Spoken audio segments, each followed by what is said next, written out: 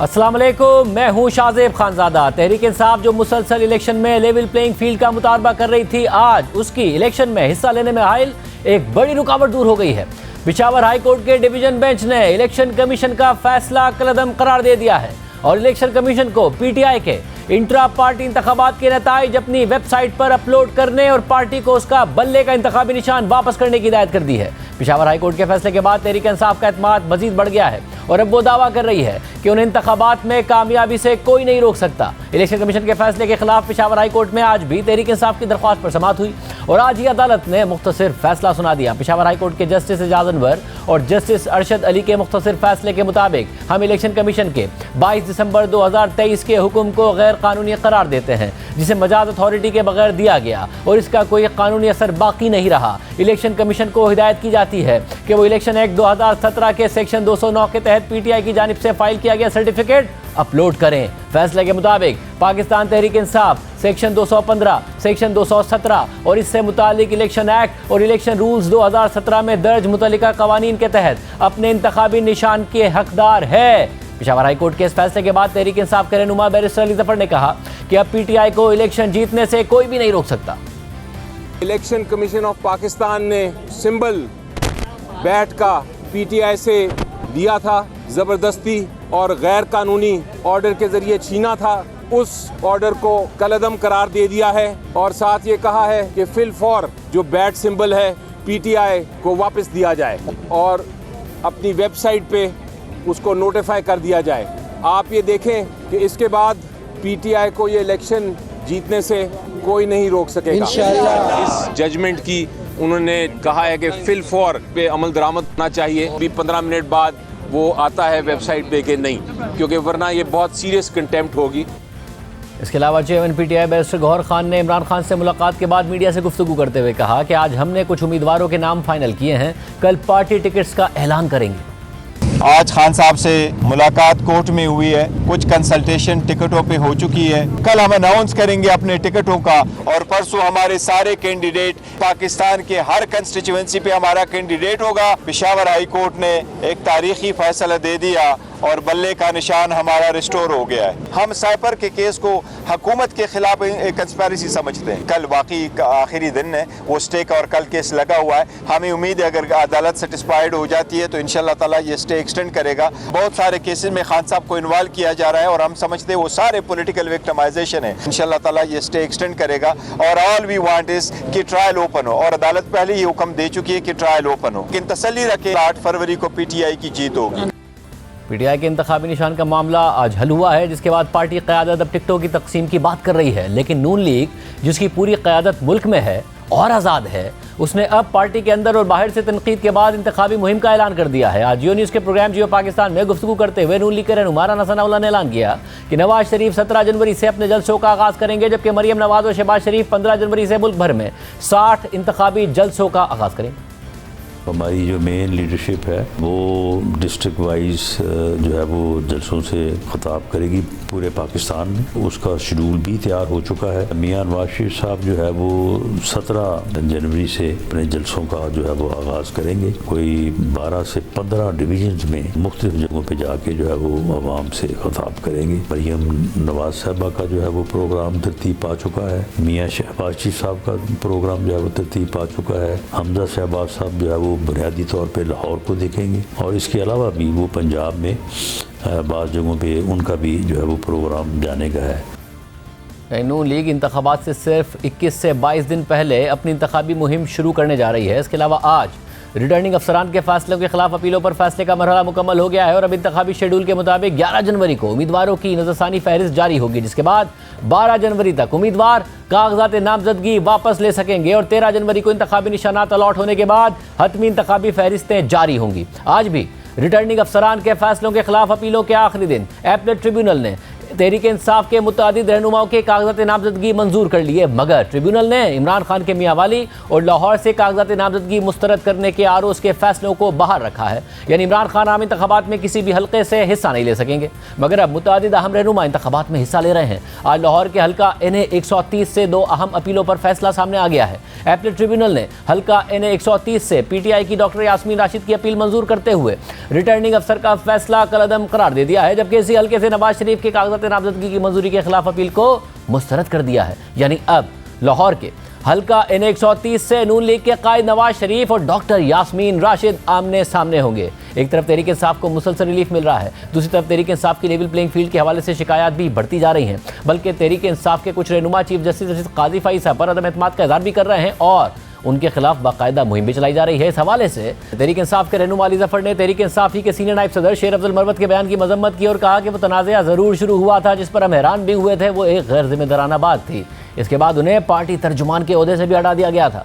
इस पर बात करने के लिए हमें तहरीक इंसाफ के तर्जुमान रऊफ हसन साहब ने ज्वाइन करना था, उन्होंने कमिट भी किया, मगर फिर अचानक गायब हो गए हैं। प्रोग्राम में आगे बढ़ते हैं। सुप्रीम कोर्ट के जज जस्टिस मज़ाहिर अली नकवी ने अपने ओहदे से इस्तीफ़ा दे दिया है। जस्टिस मज़ाहिर अली नकवी के खिलाफ पाबंदी से ज़ायद असासों समेत मिसकंडक्ट के दीगर इल्ज़ामात थे, जिन पर उनके खिलाफ सुप्रीम जुडिशल काउंसिल में कार्रवाई जारी थी। उनकी चौधरी परवेज इलाही के साथ एक मुबैना ऑडियो भी सामने आई थी, जबकि दीगर मुबैना ऑडियोज़ में उनका जिक्र भी था। मगर जस्टिस मज़ाहिर अली नकवी ने न सिर्फ खुद पर लगाए गए इल्ज़ामात को गलत, झूठा और बेबुनियाद करार दिया, बल्कि सुप्रीम जुडिशल काउंसिल पर अदम एतमाद भी किया। चीफ जस्टिस काजी फाइसा पर भी अदम एतमाद किया। सुप्रीम जुडिशल काउंसिल की कार्रवाई को सुप्रीम कोर्ट में चैलेंज भी कर दिया। पहले सुप्रीम कोर्ट के 3 रुकनी बेंच पर भी अदम एतमाद किया, मगर फिर उस बेंच को तस्लीम भी कर लिया। और फिर गुज़िश्ता रोज़ जस्टिस मज़ाहिर अली नकवी के हक़ में जस्टिस एजाजुल एहसन का इख्तिलाफी नोट भी मंजर-ए-आम पर आ गया, जिसमें उन्होंने सुप्रीम जुडिशल काउंसिल की पूरी कार्रवाई चलाने के अंदाज से इख्तिलाफ किया था, बल्कि जस्टिस मज़ाहिर अली नकवी पर लगाए गए इल्ज़ामात को भी गलत करार दे दिया था।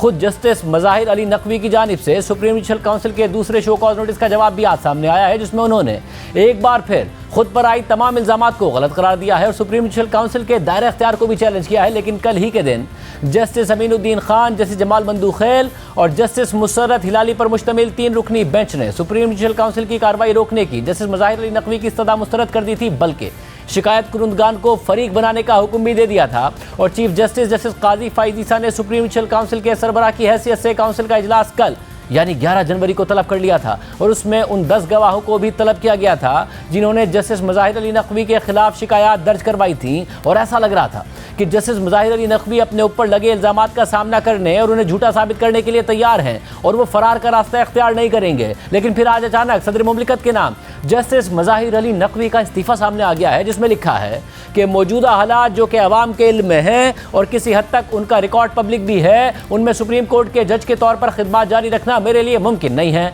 ड्यू प्रोसेस को जहन में रखते हुए भी ऐसा करना ज़रूरी है, लिहाजा मैं सुप्रीम कोर्ट के जज की हैसियत से इस्तीफ़ा देता हूँ।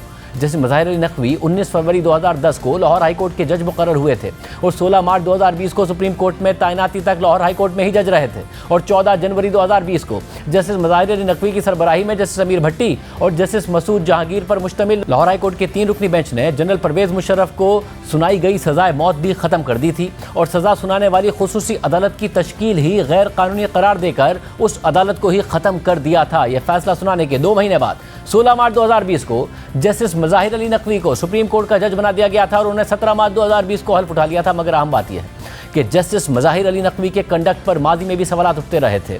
31 जनवरी 2014 को सुप्रीम कोर्ट के जस्टिस आसिफ सईद खोसा की सरबराही में 3 रुकनी बेंच ने 39 सफ़हात पर मुश्तमिल फैसले में लाहौर हाई कोर्ट के जज जस्टिस मज़ाहिर अली नकवी को मिसकंडक्ट का जिम्मेदार करार देते हुए उनकी जानिब से मुल्जिमान को जमानत देने के तरीक़ाकार पर बरहमी का इजहार किया था। इसी फैसले की बुनियाद पर जस्टिस मज़ाहिर अली नकवी के खिलाफ 2016 में भी एक रेफरेंस दायर किया गया था। 19 अप्रैल 2016 को जस्टिस मज़ाहिर अली नकवी को सुप्रीम जुडिशल काउंसिल की जानिब से शो कॉज नोटिस भी जारी किया गया था, जिसे उन्होंने सुप्रीम कोर्ट में चैलेंज कर दिया था। और फिर 14 फरवरी 2018 को उस वक्त के चीफ जस्टिस साकिब निसार की सरबराही में सुप्रीम जुडिशल काउंसिल ने उस शो कॉज नोटिस को डिस्चार्ज कर दिया और फिर उसके बाद ही जस्टिस मज़ाहिर अली नकवी ने परवेज़ मुशर्रफ की सज़ा ख़त्म करने का फैसला सुनाया और उसके 2 महीने बाद सुप्रीम कोर्ट के जज बना दिए गए थे। 16 फरवरी 2023 को सुप्रीम कोर्ट के जस्टिस एजाजुल एहसन और जस्टिस मज़ाहिर अली नकवी पर मुश्तमिल 2 रुकनी बेंच साबिक CCPO लाहौर गुलाम महमूद डोगर का केस सुन रहा था और इसी केस की समाअत के दौरान इस 2 रुकनी बेंच ने पंजाब में इंतखाबात ना होने का नोटिस लेकर उसी वक्त chief election commissioner Sikandar Sultan Raja को तलब कर लिया था और मामला असखुद नोटिस लेने के लिए उस वक्त के चीफ जस्टिस उमर अता बंदियाल को भिजवा दिया था, जिन्होंने असखुद नोटिस ले लिया था। उसी दिन जस्टिस मज़ाहिर अली अकबर नकवी के खिलाफ तनाज़ा उस वक्त खड़ा हुआ था जब उनसे मुताल्लिक 3 ऑडियो लीक सोशल मीडिया पर गर्दिश करने लगी। उन 3 में से 2 ऑडियो लीक्स परवेज़ इलाही के अपने वकीलों के साथ थी। एक ऑडियो लीक में परवेज़ इलाही अपने प्रिंसिपल सेक्रेटरी मोहम्मद खान भट्टी का केस जस्टिस मज़ाहिर अकबर नकवी के सामने समाअत के लिए मुकर्रर करने की दरख्वास्त कर रहे थे, जबकि दूसरी ऑडियो में परवेज़ इलाही अपने वकील और सुप्रीम कोर्ट बार एसोसिएशन के सदर आबिद ज़ुबैरी को भी यही कहते हुए सुनाई दी है कि केस जस्टिस मज़ाहिर अकबर नकवी के सामने लगाना है क्योंकि काम ठीक हो जाएगा, जिसकी हामी बढ़ते हुए आबिद ज़ुबैरी ने कहा था कि CCPO गुलाम महमूद डोगर का केस भी जस्टिस मज़ाहिर अकबर नकवी के सामने लगा हुआ है। 16 फरवरी 2023 को जो परवेज़ इलाही की ऑडियो लीक सामने आई थी, उसमें एक ऑडियो मुबैना तौर पर जस्टिस मज़ाहिर अकबर नकवी और परवेज़ इलाही के दरमियान होने वाली बातचीत की थी, जिसमें परवेज़ इलाही मुबैना तौर पर जस्टिस मज़ाहिर अकबर नकवी से कह रहे थे कि मैं आपके घर आ रहा हूं और सलाम करके वापस चला जाऊंगा। अब ये CCPO गुलाम महमूद डोगर का केस वही है जिसकी समाअत करते हुए जस्टिस एजाजुल हसन और जस्टिस मज़ाहिर अकबर नकवी ने पंजाब में इलेक्शन के इल्तवा का मामला उठा दिया था और उसको नोटिस के लिए केस साबिक चीफ जस्टिस उमर अता बंदियाल को भिजवा दिया था। हालांकि मामला पहले ही लाहौर हाई कोर्ट में ज़ेर समाअत था, जिसके बाद जस्टिस उमर अता बंदियाल ने इस केस का खुद नोटिस ले लिया और इलेक्शन से मुतालिक एक ऐसे तनाज़े ने जन्म लिया जिससे सुप्रीम कोर्ट वाज़ेह तौर पर 2 धड़ों में तकसीम हो गई थी। इसके अलावा 3 मार्च 2023 को तहरीक इंसाफ के रहनुमा फवाद चौधरी की अपने भाई फैसल चौधरी एडवोकेट से गुफ्तगू की मुबैना ऑडियो लीक सामने आई, जिसमें फवाद चौधरी अपने भाई फैसल चौधरी से कह रहे थे कि मज़ाहिर के साथ डार साहब के ज़रिए ज़रा मिल लें, उनसे कहें कि आपके साथ पूरा ट्रक खड़ा है, आप बताएं क्या करें। इसी दौरान 23 फरवरी 2023 को मियां दाऊद एडवोकेट की जानिब से सुप्रीम जुडिशल काउंसिल में जस्टिस मज़ाहिर अली नकवी के खिलाफ जायदादों से मुतालिक रेफरेंस दायर किया गया था। रेफरेंस में ये इल्ज़ाम भी आयद किया गया था कि जस्टिस मज़ाहिर अली नकवी अपने बेटों और बैरून मुल्क ज़ेर तालीम अपनी बेटी को फैसिलिटेट करने और जाहिद रफ़ीक नामी शख्स से माली फ़ायदे हासिल करने के लिए अपनी पोजीशन का इस्तेमाल करते हैं। जैसे मज़ाहिर अली नकवी ने प्रॉपर्टी की फ़रोख्त के ज़रिए अपनी ब्लैक की आमदनी को लीगलाइज़ किया है। उन्होंने 2021 में डिफेंस फेज़ 2 गुजरावाला कैंट में 6 करोड़ रुपए में घर फ़रोख्त किया, हालांकि उन्होंने घर सिर्फ 47 लाख रुपए में खरीदा था। मजीद ये रिपोर्ट्स भी हैं कि जैसे मज़ाहिर अली अकबर नकवी ने 2021 में कम अज़ कम 3 मरतबा अपने टैक्स रिटर्न्स को रिवाइज़ किया। जब मज़ाहिर अकबर नकवी ने अपने गोशवारों में गुजरावाला में वाक़या अलाइट प्लाजा को जाहिर नहीं किया जिसके वो मालिक हैं। रेफरेंस में मजीद कहा गया है कि बार रूम्स में यह बहस आम है कि जैसे मज़ाहिर अकबर नकवी के बेटे लाहौर हाई कोर्ट और सुप्रीम कोर्ट में क्रिमिनल केसेस के मुतासरा फरीकों को अप्रोच करते हैं और उनसे जस्टिस मज़ाहिर नकवी के रसूख के जरिए उनकी पसंद के फैसले कराने के बदले भारी रकूम का मुतालबा करते हैं। मुख्तलिफ शहरों और हाउसिंग सोसाइटीज़ में जस्टिस मज़ाहिर नकवी की जायदादें एक बेनामीदार के पास हैं जो उनके फ्रंटमैन के तौर पर भी काम करता है। यह भी हकीकत है कि जैसे मज़ाहिर अकबर नकवी तहरीक इंसाफ और इमरान खान के साथ अपने ताल्लुकात का खुलकर इजहार करते हैं। अपने ज़ाती बोझ की वजह से उन्हें दीगर सियासी जमातों का सख्त मुखालिफ समझा जाता है। PTI के हलकों में जस्टिस मज़ाहिर नकवी को अपने जजेस में से एक जज तस्वुर किया जाता है। मज़ाहिर अली नकवी इन तमाम इल्ज़ामात की सख्ती से तरदीद करते रहे, मगर आज अपने दिफा के बजाय खुद ही इस्तीफ़ा दे दिया। 4 मार्च को नून लीग लॉयर्स फोरम ने जस्टिस मज़ाहिर अली नकवी के खिलाफ सुप्रीम जुडिशल काउंसिल में ऑडियो लीक्स की बुनियाद पर शिकायत दर्ज करवाई थी और फिर 10 मार्च को पाकिस्तान बार काउंसिल ने और फिर सिंध, खैबर पख्तूनख्वा, बलूचिस्तान और इस्लामाबाद बार काउंसिल्स ने भी जस्टिस मज़ाहिर अली नकवी के खिलाफ सुप्रीम जुडिशल काउंसिल से रुजू कर लिया था। लेकिन उस वक्त के चीफ जस्टिस उमर अता बंदियाल ने ना सिर्फ रेफरेंसेस को समाअत के लिए सुप्रीम जुडिशल काउंसिल के सामने मुकर्रर नहीं किया, बल्कि 31 मार्च को इलेक्शन इल्तवा केस की समाअत के दौरान जज्बाती अंदाज में उन्होंने कहा था जस्टिस मज़ाहिर अली नकवी को बेंच में शामिल करना किसी को खामोश पैगाम देना था। 3 अप्रैल 2023 को उस वक्त सुप्रीम कोर्ट के सीनियर जज जस्टिस काजी फायद ईसा और जस्टिस सरदार तारिक मसूद ने जस्टिस मज़ाहिर अली नकवी के खिलाफ सुप्रीम जुडिशल काउंसिल में दायर रेफरेंस पर गौर करने के लिए काउंसिल का इजलास बुलाने के लिए खत भी लिखा था। लेकिन इसके बावजूद जस्टिस उमर अता बंदियाल ने कोई कार्रवाई नहीं की। 17 सितंबर 2023 को जस्टिस काजी फायद ईसा ने चीफ जस्टिस ऑफ पाकिस्तान के ओहदे का हल्फ उठा लिया और 27 अक्टूबर को चीफ जस्टिस काजी फायद ईसा की सरबराही में सुप्रीम जुडिशल काउंसिल ने जस्टिस मज़ाहिर अली नकवी को नोटिस जारी कर दिया था, जिसके जवाब में 10 नवंबर को जस्टिस मज़ाहिर अली नकवी ने सुप्रीम जुडिशल काउंसिल पर यह एतराज़ उठा दिया था और चीफ जस्टिस काजी फायद ईसा, जस्टिस सरदार तारिक मसूद और जस्टिस नईम अख्तर अफगान को कार्रवाई से अलग करने का मुतालबा करते हुए लिखा था कि चीफ जस्टिस काजी फायद ईसा और justice Naeem Akhtar Afghan audio leaks inquiry commission का हिस्सा हैं, इसलिए वो मेरे खिलाफ सुप्रीम जुडिशल काउंसिल का हिस्सा नहीं बन सकते। मगर दिलचस्प बात यह है कि ऑडियो कमीशन जस्टिस काजी फायद ईसा की सरबराही में बनाया गया, मगर उससे पहली समाअत के बाद ही जस्टिस उमर अता बंदियाल की सरबराही में 5 रुकनी बेंच ने काम करने से रोक दिया था। इसके अलावा जस्टिस मज़ाहिर अली नकवी ने एक एतराज़ ये भी उठाया था कि जस्टिस सरदार तारिक मसूद पहले ही मेरे खिलाफ रेफरेंस पर कानूनी राय दे चुके हैं, इसलिए वो भी सुप्रीम जुडिशल काउंसिल में नहीं बैठ सकते। जानिबदार सुप्रीम जुडिशल काउंसिल का जारी करदा इज़हार वजू का नोटिस भी जानिबदार है, जिसका जवाब नहीं दिया जा सकता है। 20 नवंबर को जस्टिस मज़ाहिर अली नकवी ने सुप्रीम जुडिशल काउंसिल कार्रवाई को सुप्रीम कोर्ट में चैलेंज कर दिया था। 22 नवंबर को सुप्रीम जुडिशल काउंसिल ने जस्टिस मज़ाहिर अली नकवी को दूसरा तफसीली शो कॉज नोटिस जारी कर दिया था, जिसमें कहा गया था कि जस्टिस मज़ाहिर अली नकवी 14 दिन के अंदर नोटिस का जवाब दें। ज़राए के मुताबिक तफसीली शो कॉज नोटिस से जस्टिस एजाजुल एहसन ने इख्तलाफ किया था। इससे पहले शो कॉज नोटिस 3-2 के तनासुब से जारी हुआ था, जिसे चीफ जस्टिस काजी फायद ईसा, जस्टिस सरदार तारिक मसूद और बलूचिस्तान हाई कोर्ट के चीफ जस्टिस नईम अख्तर अफगान ने जारी किया था। लेकिन फिर लाहौर हाई कोर्ट के चीफ जस्टिस अमीर भट्टी भी तफसीली शो कॉज नोटिस जारी करने वाले जजेस में शामिल हो गए, यानी नोटिस 4-1 के तनासुब से जारी किया गया और सिर्फ जस्टिस एजाजुल एहसन ने शो कॉज नोटिस जारी करने की मुखालफत की थी। जबकि शो कॉज नोटिस में 10 मामलात पर जस्टिस मज़ाहिर अली नकवी से वजाहत मांगी गई थी। 30 नवंबर को जस्टिस मज़ाहिर अली नकवी ने एक बार फिर अपने खिलाफ सुप्रीम जुडिशल काउंसिल में जारी कार्रवाई को सुप्रीम कोर्ट के सामने चैलेंज कर दिया। जबकि उसी दिन जस्टिस मज़ाहिर अली नकवी ने सुप्रीम कोर्ट के बेंच तश्कील देने वाले 3 रुकनी कमेटी को खत लिखकर अपना मुकदमा जल्द समाअत के लिए मुकर्रर करने की सदा भी की थी। 4 दिसंबर को जस्टिस मज़ाहिर अली नकवी ने एक बार फिर सुप्रीम कोर्ट से रुजू करते हुए पहले से दायर आईनी पिटीशन की पैरवी का इरादा जाहिर किया था। जबकि 6 दिसंबर को उन्होंने supreme court practice and procedure act के तहत कायम 3 सीनियर जजों पर मुश्तमिल कमेटी को खत लिखकर अपनी दरख्वास्त जल्द समाअत के लिए मुकर्रर करने की सदा की थी।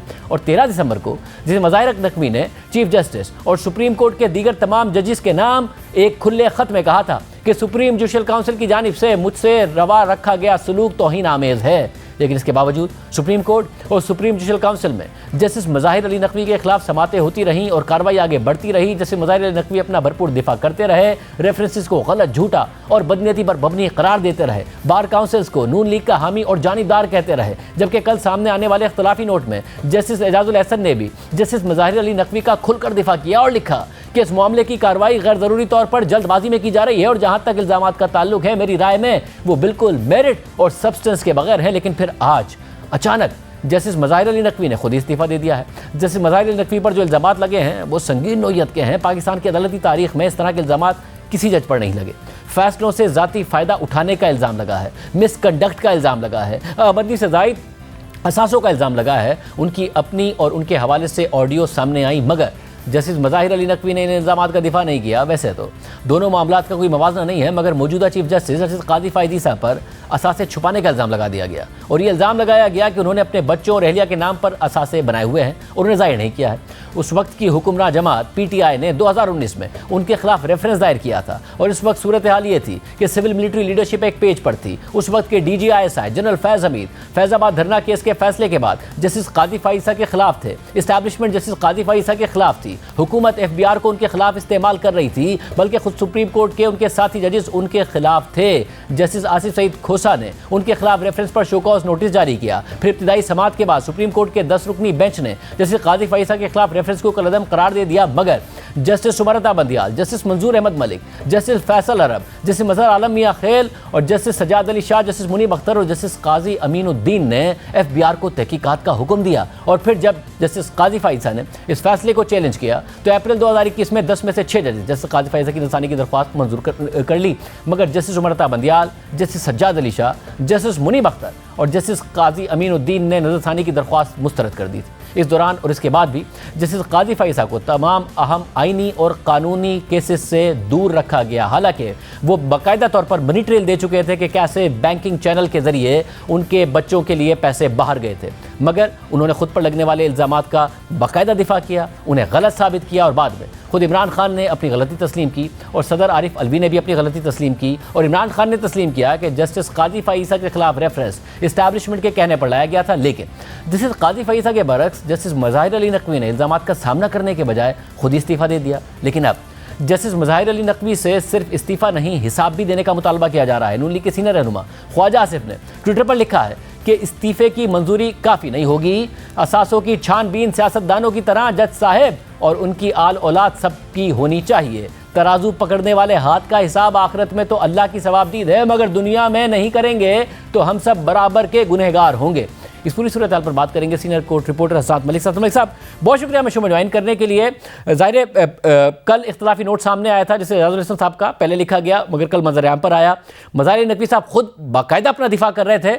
आप ज़ाहिर इन्फॉर्म्ड सहाफ़ी हैं, तवक्को थी कि अचानक इस्तीफ़ा सामने आ जाएगा और क्या वजूहात हैं ये सामने आने की? देखें शाहजेब, जो जैसे मज़ाहिर के मुखालफीन हैं जो ये सारे मामलात सुप्रीम जुडिशल काउंसिल में ले के गए, वो तो बड़े अरसे से दावा कर रहे थे कि जस्टिस मज़ाहिर इस्तीफ़ा लिख चुके हैं, किसी टाइम पे भी इस्तीफ़ा आ जाएगा। लेकिन जब जस्टिस मज़ाहिर के करीबी ज़राए से बात होती थी तो कहा जाता था कि नहीं, वो रिज़ाइन नहीं करेंगे, वो पूरा जो है वो दिफा करेंगे अपना। और उन्होंने जवाब भी जब दिया उन एलिगेशन का, उसमें काफ़ी लकूना थे, लेकिन यही समझा जा रहा था कि वो आगे जाएंगे मामले को लेके। लेकिन बज़ाहिर ये लग रहा है कि वो फ्रस्ट्रेट हो गए हैं। एक तो वजह यह है कि साबिक चीफ जस्टिस उमर अता बंदयाल अपने टेन्योर में उनके ख़िलाफ़ इल्ज़ामात रिजेक्ट कर सकते थे, उन्होंने भी नहीं किए। उन्होंने मामला जो है वो जस्टिस सरदार तारिक को भेजा, इस पे भी एक फ्रस्ट्रेशन थी। फिर एक बात, इसमें कोई शक नहीं कि उनका जो कैंप था, जो साबिक चीफ जस्टिस उमर अता बंदयाल का कैंप जाना जाता है, उस कैंप ने उनके साथ पूरा जो है वो साथ दिया। जैसे एजाजुल एहसन ने जो ओपिनियन है वो आप कहेंगे आउट ऑफ द वे जाके उन्होंने सपोर्ट किया।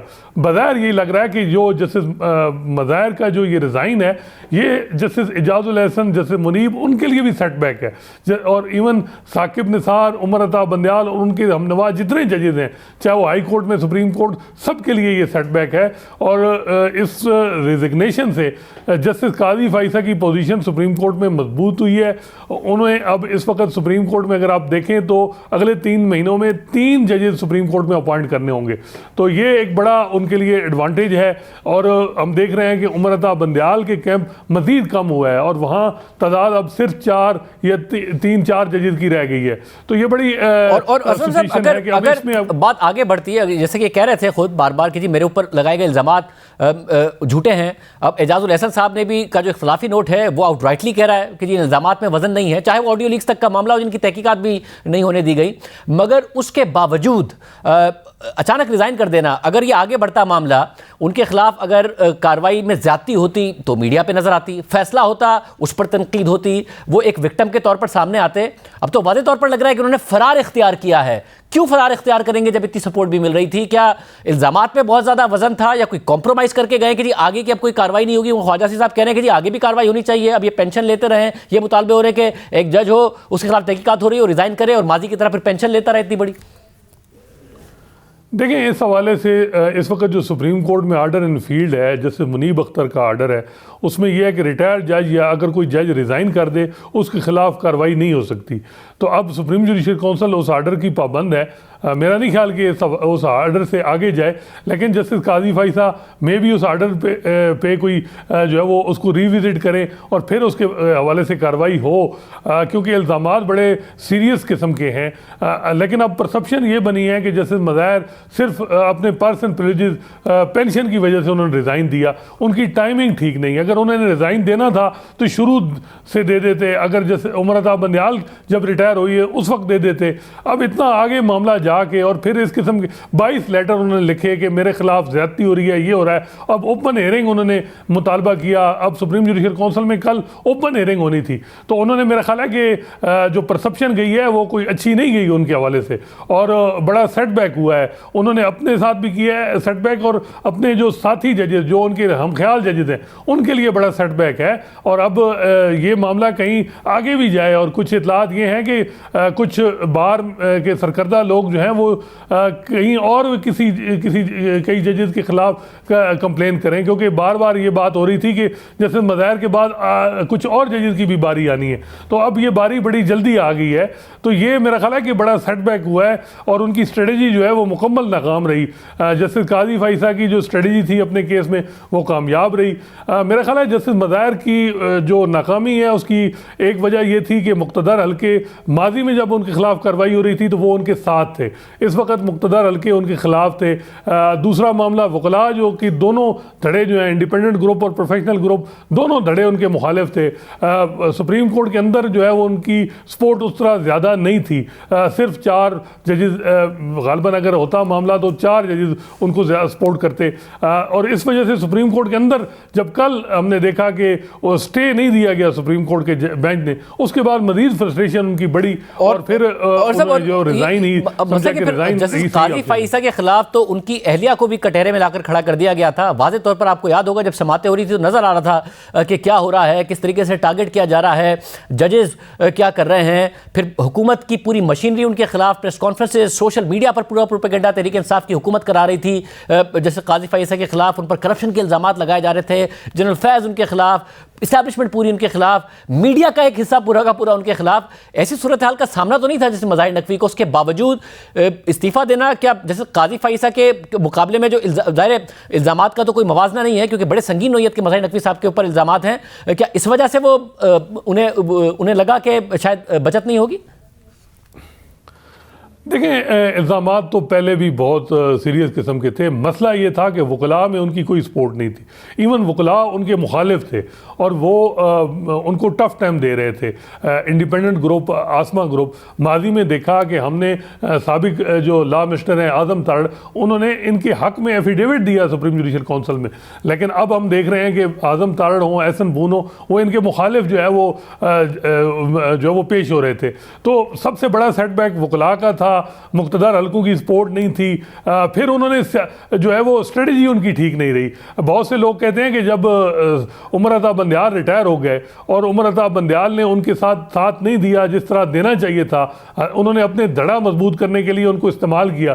तो जब जस्टिस काजी फाइसा आए, उन्होंने मेरा ख्याल है कि हालात की संगीनी को नहीं समझा और वो समझे कि जिस तरीके से जस्टिस काजी फाइसा की स्ट्रेटजी है कि मैं एग्रेसिव हूँ और मैं कामयाब होऊंगा, लेकिन जस्टिस काजी फाइसा as a supreme judicial council के चेयरमैन के तौर पे उन्होंने देखा कि जो ही जस्टिस मज़ाहिर ने एग्रेसिव स्ट्रेटजी अपनाई तो उन्होंने भी फिर सुप्रीम जुडिशल काउंसिल की प्रोसीडिंग जो है वो हमने देखा कि उसमें तेज़ी आनी शुरू हो गई और तो फिर इस वजह से वो मज़ीद फ्रस्ट्रेशन उनकी बढ़ी कि और उन्होंने ये समझ लिया कि उनकी कोई भी स्ट्रेटजी कामयाब नहीं हो रही। लेकिन यही था कि अगर उन्होंने रिज़ाइन देना था तो रिज़ाइन उससे पहले देते। अब जो रिज़ाइन दिया है वो मेरा नहीं ख्याल कि उससे उनकी कोई परसेप्शन बेहतर हुई, बल्कि मज़ीद जो है वो परसेप्शन ख़राब हुई। वकला मुतालबा कर रहे हैं कि जी उनके खिलाफ कार्रवाई की जाए, मज़ीद सियासतदान भी कर रहे हैं। बहुत शुक्रिया। असनाद मलिक साहब हमारे साथ मौजूद थे और आज एक ही सेटबैक नहीं हुआ है जैसे मज़ाहिर नकवी के लिए, क्योंकि फ़ैसला आज सुप्रीम कोर्ट की तरफ से जनरल परवेज़ मुशर्रफ के खिलाफ आया है, मगर वो सेटबैक खुद जैसे मज़ाहिर नकवी के लिए भी है। तफसीलात आपके सामने रखेंगे ब्रेक के बाद।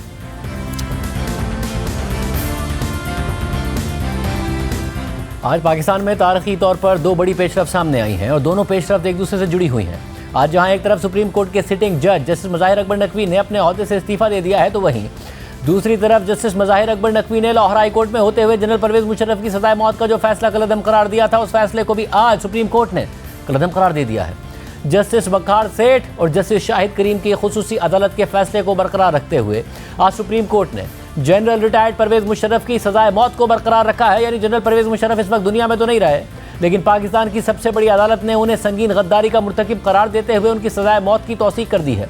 आज चीफ जस्टिस काजी फाइसा की सरबराही में सुप्रीम कोर्ट के 4 रुकनी बेंच ने खुसूसी अदालत के फैसले के खिलाफ जनरल परवेज़ मुशर्रफ की दरख्वास्त और सीनियर वकील तौफीक आसिफ की लाहौर हाई कोर्ट के फैसले के खिलाफ दरख्वास्त पर समाअत की है।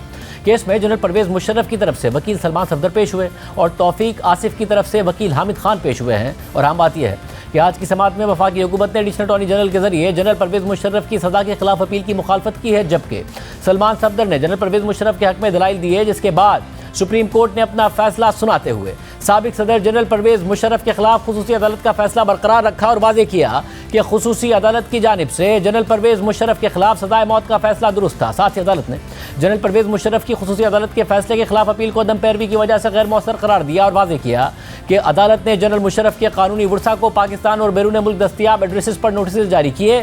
साथ ही सुप्रीम कोर्ट ने अखबारात में नोटिस भी शाया कराए, लेकिन जनरल परवेज़ मुशर्रफ के वर्सा ने मुतालिक नोटिस पर भी केस की पैरवी नहीं की है। इसलिए जनरल मुशर्रफ की अपील मुस्तरद की जाती है और लाहौर हाई कोर्ट का खुसूसी अदालत का कलअदम करार देने का फैसला कानून के मुनाफी था। इस फैसले के बाद जनरल मुशर्रफ के वकील सलमान सफदर ने मीडिया से बात करते हुए कहा कि जनरल मुशर्रफ की अपील 4 साल अदालत में पड़ी रही, उनकी अपील उनकी जिंदगी में नहीं सुनी गई। लोगों को इंसाफ अगर उनकी ज़िंदगी में मिल जाए तो ये बहुत ही बेहतर होगा। सुप्रीम कोर्ट में एक मैकेनिज्म डेवलप होना चाहिए कि टाइमली जस्टिस जो है वो लोगों को दिया जाए। जनरल परवेज मुशर्रफ साहब की अपील पूरे 4 साल सुप्रीम कोर्ट पड़ी रही, मगर अनफॉर्चुनेटली इस साल जब उनका इंतकाल फरवरी में हो जाता है 5 फरवरी, उसके भी 8 महीने के बाद कुल अपील फाइल करने के 4 साल के बाद आज समाअत के लिए उनकी अपील जो है वो लगती है।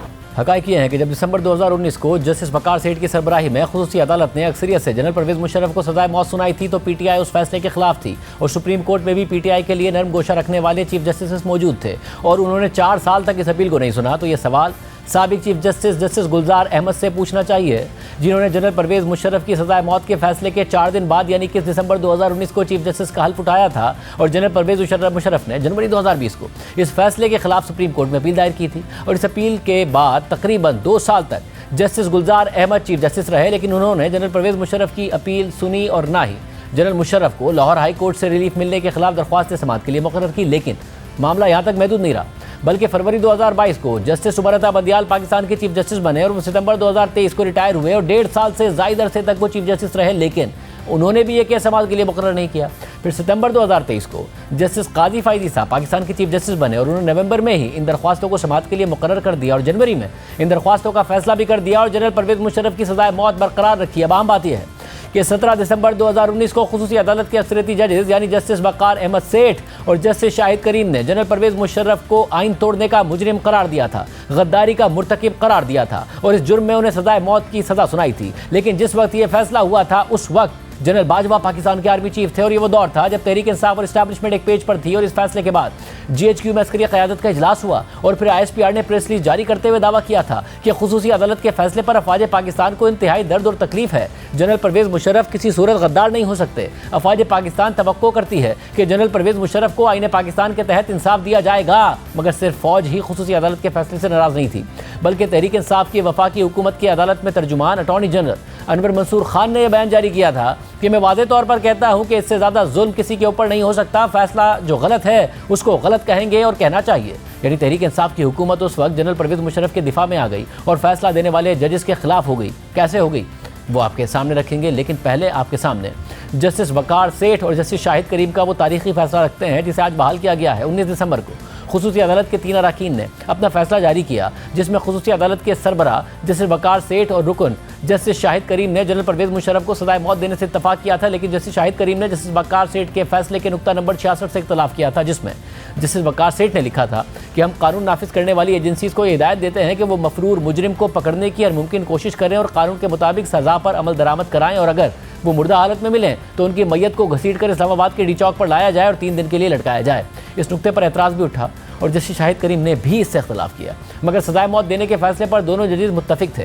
जस्टिस वक़ार अहमद सेठ के फैसले के मुताबिक हकीकत यह है कि अदालत ने जनरल परवेज़ मुशर्रफ को ट्रायल में शामिल होने के कई मौके दिए, मगर उन्होंने कानून से फरार का रास्ता अख्तियार किया था। हमारे मुल्क में 72 सालों में बदकिस्मती से कई बार आइन की बेहुरमती की गई, अवाम की वालादस्ती को फलने फूलने नहीं दिया गया। 3 नवंबर 2007 से पहले भी आइन को तोड़ा गया और जमहूरी अमल को ख़त्म किया गया। अगर सुप्रीम कोर्ट की तरफ से नजरिया ज़रूरत दरियाफ्त नहीं किया गया होता तो कौम को कम अज़ कम ये दिन ना देखना पड़ता कि जहाँ वर्दी में अफसर अपने जुर्म को दोहराता है। जस्टिस वक़ार अहमद सेठ के फैसले के मुताबिक 12 अक्टूबर 1999 को जनरल परवेज़ मुशर्रफ ने आइन को मुअत्तिल किया और पाकिस्तान को मुसल्लह अफवाज के कंट्रोल में ले आए। जनरल मुशर्रफ खुद ही चीफ एग्जीक्यूटिव बनकर मुल्क पर हुक्मरानी करने लगे। संगीन गद्दारी नाकाबिल मुआफ़ी जुर्म है और आला अदालतें भी इसकी तौसीक नहीं कर सकती और आइन का आर्टिकल 6 वो वाहिद शिक है जो हमला आवर से आइन को बचाता है। संगीन गद्दारी का ट्रायल उन लोगों के खिलाफ आइन की ज़रूरत है जो किसी भी वजह से आइन को कमज़ोर करें या इसे कमज़ोर करने की कोशिश करें। जिस वक़ार अहमद सेठ ने मज़ीद लिखा था कि मुल्ज़िम जनरल परवेज़ मुशर्रफ की तरफ से अपील की गई कि इमरजेंसी का निफाज उनका अपना फैसला नहीं था बल्कि वज़ीर आज़म, काबीना और दीगर हुक्काम भी इस फैसले में शामिल थे। तो इस हवाले से हम पूरे एतमाद हैं कि ये तमाम मामला सुप्रीम कोर्ट पहले ही तय कर चुकी है और सुप्रीम कोर्ट के फैसले के खिलाफ मुल्ज़िम जनरल मुशर्रफ की नज़रसानी की दरख्वास्त मुस्तरद हो चुकी है। इसलिए हम ये समझते हैं कि इस जुर्म के लिए जनरल मुशर्रफ तनहा ही जिम्मेदार है। संगीन गद्दारी के जुर्म की सज़ा की नौयत जुर्म की शिद्दत को वाज़े करती है। मुल्ज़िम के खिलाफ प्रोसिक्यूशन ने नाकाबिल तरदीद और नाकाबिल एतराज़ शवाहिद पेश किए, जिसके बाद अदालत इस नतीजे पर पहुंची कि मुल्ज़िम कसूरवार है और उसे हर जुर्म में फांसी की सज़ा दी जाती है। जबकि जस्टिस शाहिद करीम ने अपने फैसले में लिखा था कि मैंने खुसूसी अदालत के सरबराह के फैसले का मुसव्विदा पढ़ा है और मैं पैराग्राफ 66 के अलावा उसके नताइज और सज़ा से इत्तफाक करता हूँ। जबकि खुसूसी अदालत के तीसरे जज जस्टिस अकबर ने जस्टिस वकार और जस्टिस शाहिद करीम के फैसले से इख्तलाफ किया था। अहम बात यह है कि तहरीक इंसाफ की हुकूमत जो उस वक्त फ़ौज के करीब थी, उसने ना सिर्फ इस फैसले पर तनकीद की बल्कि इसे साजिश भी करार दिया, जज की जहनी हालत पर भी सवालात उठाए और इस फैसले पर जज के खिलाफ सुप्रीम जुडिशल काउंसिल जाने का भी ऐलान किया ताकि उनको काम से रोका जा सके और नौकरी से ही फारिग करवाया जा सके। इस फैसले के बाद तहरीक इंसाफ की हुकूमती मशीनरी मुतहरिक हो गई थी और साबिक वज़ीर-ए-आज़म इमरान खान की मौम ने खुसूसी बराए इत्तलात फिरदौस आशिकवान, वफाकी वज़ीर कानून फरोग नसीम और इमरान खान के मौम ने खुसूसी बराए एहतसाब बैरिस्टर शहजाद अकबर ने एक साथ प्रेस कॉन्फ्रेंस की। फिरदौस आशिकवान ने कहा कि पाकिस्तान को अदम इस्तेहकाम का शिकार करने के लिए कुछ बैरूनी क़ुव्वतें साजिश कर रही थीं और उस वक्त के वज़ीर कानून बैरिस्टर फरोग नसीम ने कहा था कि जस्टिस वकार की ऑब्जर्वेशन को देखते हुए वफाकी हुकूमत सुप्रीम जुडिशल काउंसिल से रुजू करेगी ताकि उन्हें काम से रोक दिया जाए क्योंकि वो ज़हनी तौर पर फिट नहीं है। फेडरल गवर्नमेंट ने ये डिसाइड किया है कि जस्टिस वकार अहमद सेठ के ऑब्जर्वेशंस को देखते हुए federal government supreme judicial council को रुजू करेगी और इस्तदा हमारी ये है कि ऐसे जज साहब को पाकिस्तान की किसी हाई कोर्ट या सुप्रीम कोर्ट का जज होने का कोई इख्तियार नहीं है। He is unfit. हमारी दरख्वास्त ये है कि क्योंकि इन्होंने ये साबित कर दिया है इस किस्म के ऑब्जर्वेशंस देके कि ये मेंटली अनफिट हैं, इनकॉम्पिटेंट है, इनको फिल फॉर काम से रोक दिया जाए। सेम पेज का ये आलम था। इस तरीके से जनरल रिटायर्ड परवेज़ मुशर्रफ का दिफा किया जा रहा था, उनके खिलाफ फैसला देने वाले जज पर इस तरीके से हमला किया जा रहा था, सोशल मीडिया पर उनके खिलाफ भरपूर कैंपेन चलाई जा रही थी, मीडिया पर आकर उनके खिलाफ बयानिया बनाया जा रहा था। जबकि इमरान खान के मुशीर एहतसाब शहजाद अकबर ने इस कॉन्फ्रेंस में कहा था कि जिसने ये फैसला लिखवाया है वो पाकिस्तान का दोस्त नहीं है। जिसने लिखवाया है वो पाकिस्तान का दोस्त नहीं है। बहरहाल इस फैसले के बाद जनरल परवेज़ मुशर्रफ ने लाहौर हाई कोर्ट से रुजू किया और यहाँ से कुछ ऐसे तनाज़ात ने जन्म लिया जिनका खात्मा आज जाकर हुआ है। लाहौर हाई कोर्ट में जनरल परवेज़ मुशर्रफ के वकील अज़हर सिद्दीक एडवोकेट थे जो आज तहरीक इंसाफ के टिकट होल्डर हैं और लाहौर हाई कोर्ट के जिस 3 रुकनी बेंच ने इस केस की समाअत की थी उसके सरबराह आज सुप्रीम कोर्ट से मुस्ताफ़ी होने वाले जज जस्टिस मज़ाहिर अकबर नकवी थे। जैसे मज़ाहिर अकबर नकवी की सरबराही में 3 रुकनी बेंच ने 13 जनवरी 2020 को जनरल परवेज़ मुशर्रफ के खिलाफ खुसूसी अदालत का सजाए मौत का फैसला कलअदम करार दे दिया। न सिर्फ फैसला बल्कि खुसूसी अदालत की तश्कील को ही गलत करार दे दिया। और सबसे अहम बात यह थी कि इस केस में प्रोसिक्यूशन, दिफा और अदालती मावन सभी एक पेज पर थे, सभी का एक मौक़िफ़ था। यानी जनरल परवेज़ मुशर्रफ की सज़ा के ख़िलाफ़ थे और फिर 13 जनवरी 2020 को जस्टिस मज़ाहिर अकबर नकवी ने जनरल परवेज़ मुशर्रफ को रिलीफ फराहम कर दिया और फिर 2 महीने से भी कम वक्त में चीफ जस्टिस गुलजार अहमद की सरबराही में जुडिशल कमीशन ऑफ पाकिस्तान ने सुप्रीम कोर्ट में तैनाती के लिए लाहौर हाई कोर्ट से जस्टिस मज़ाहिर अकबर नकवी का नाम मंजूर कर लिया। और जिस वक्त ये किया गया उस वक्त justice Mazahir Akbar Naqvi Lahore high court में सीनियरिटी के हिसाब से 3रे नंबर पर थे और जनरल मुशर्रफ को सज़ा देने वाले जस्टिस वकार अहमद सेठ पेशावर हाई कोर्ट के चीफ जस्टिस थे और सीनियरिटी के हिसाब से आगे थे। मगर जुडिशल कमीशन ने जस्टिस मज़ाहिर अकबर नकवी के नाम की मंजूरी दे दी और फिर बाद में नून लीग के रहनुमा राना सनाउल्लाह ने दावा किया कि जनरल फैज़ हमीद किसी को जज लगाने के लिए मरे जा रहे थे और फिर उस जज की तैनाती भी हो गई। मेरे साथ तो उनको बात या मैसेज करना नहीं ना चाहिए था जो उन्होंने मेरे साथ सलूक किया था, लेकिन वो मरे जा रहे थे उनके लिए। जनरल फैज किसी को जज लगवाने के लिए मरे जा रहे थे और आपसे भी बात की, हमारे साथ भी रब्ता किया। तो लेकिन उन्होंने जिन साहब की आपको सिफारिश की थी वो जज तो बन गए। ये जी बिल्कुल बन गए। यानी ये फैक्ट जो है ये मेरे इल्म में है कि उनका कहाँ पे तल्लक है। अब अगर वहाँ से कोई बात होती है तो फिर मैं तो समझूंगा ना कि जनाब ये पीछे फलां साहब हो सकते हैं। सेम पेज का ये आलम था कि जनरल रिटायर्ड परवेज़ मुशर्रफ को सज़ा देने वाले जज के खिलाफ तहरीक इंसाफ के वुज़रा कैंपेन चला रहे थे और जिस जज ने सज़ा दी उस सज़ा को कलअदम करार देने वाले जज को बाकायदा तौर पर चीफ सुप्रीम कोर्ट में तैनाती के लिए जनरल फैज़ हमीद कोशिशें कर रहे थे। बहरहाल जैसे मज़ाहिर अकबर नकवी की सुप्रीम कोर्ट में बतौर जज तैनाती की मंजूरी के कुछ दिन बाद ही यानी 19 मार्च 2020 को यह खबर सामने आई कि जस्टिस मज़ाहिर अकबर नकवी और दीगर जजिस की सुप्रीम कोर्ट में तैनाती के खिलाफ chief justice Peshawar high court justice Waqar Ahmad Seth ने जुडिशल कमीशन ऑफ पाकिस्तान को खत लिख दिया और मौक़िफ़ इख्तियार किया है कि मेरिट और सीनियरिटी के हिसाब से सुप्रीम कोर्ट में मेरी तैनाती बनती है, लेकिन मुझे नज़रअंदाज करके लाहौर हाई कोर्ट के जूनियर जजेस को सुप्रीम कोर्ट में तैनात किया गया जो गैर आइनी है। और फिर जून 2020 को जस्टिस वकार अहमद सेठ ने जस्टिस मज़ाहिर अकबर नकवी समेत दीगर जजेस की तैनाती को सुप्रीम कोर्ट में चैलेंज कर दिया। फिर 11 नवंबर 2020 को यह खबर आई कि एक बार फिर जस्टिस वकार अहमद सेठ ने इस हवाले से सुप्रीम कोर्ट से रुजू किया है और फिर एक ही दिन बाद यह खबर आई कि पेशावर हाई कोर्ट के चीफ जस्टिस वकार अहमद सेठ कोरोना वायरस की वजह से इंतकाल कर गए हैं। यानी मरते दम तक जस्टिस वकार अहमद सेठ ने जस्टिस मज़ाहिर अकबर नकवी और दीगर जजेस की तैनाती के खिलाफ जंग लड़ने की कोशिश की, मगर उन्हें इंसाफ नहीं मिला। Justice Mazahir Akbar Naqvi supreme court के जज बन गए, मगर आज जस्टिस मज़ाहिर अकबर नकवी ने जनरल मुशर्रफ के खिलाफ जो जस्टिस वकार अहमद सेठ का फैसला कलअदम करार दिया था, उसी फैसले को ही सुप्रीम कोर्ट ने कलअदम करार दे दिया है और अपने ऊपर लगे करप्शन के इल्ज़ामात का सुप्रीम जुडिशल काउंसिल में दिफा करने के बजाय आज ही के दिन justice Mazahir Akbar Naqvi supreme court से मुस्ताफ़ी हो गए हैं और दुनिया में ना होते हुए भी जस्टिस वकार अहमद सेठ का फैसला जिंदा हो गया है और जस्टिस मज़ाहिर अकबर नकवी का बतौर जज करियर ही ख़त्म हो गया है। आज के प्रोग्राम में इतना, इजाज़त दीजिए। अल्लाह हाफ़िज़।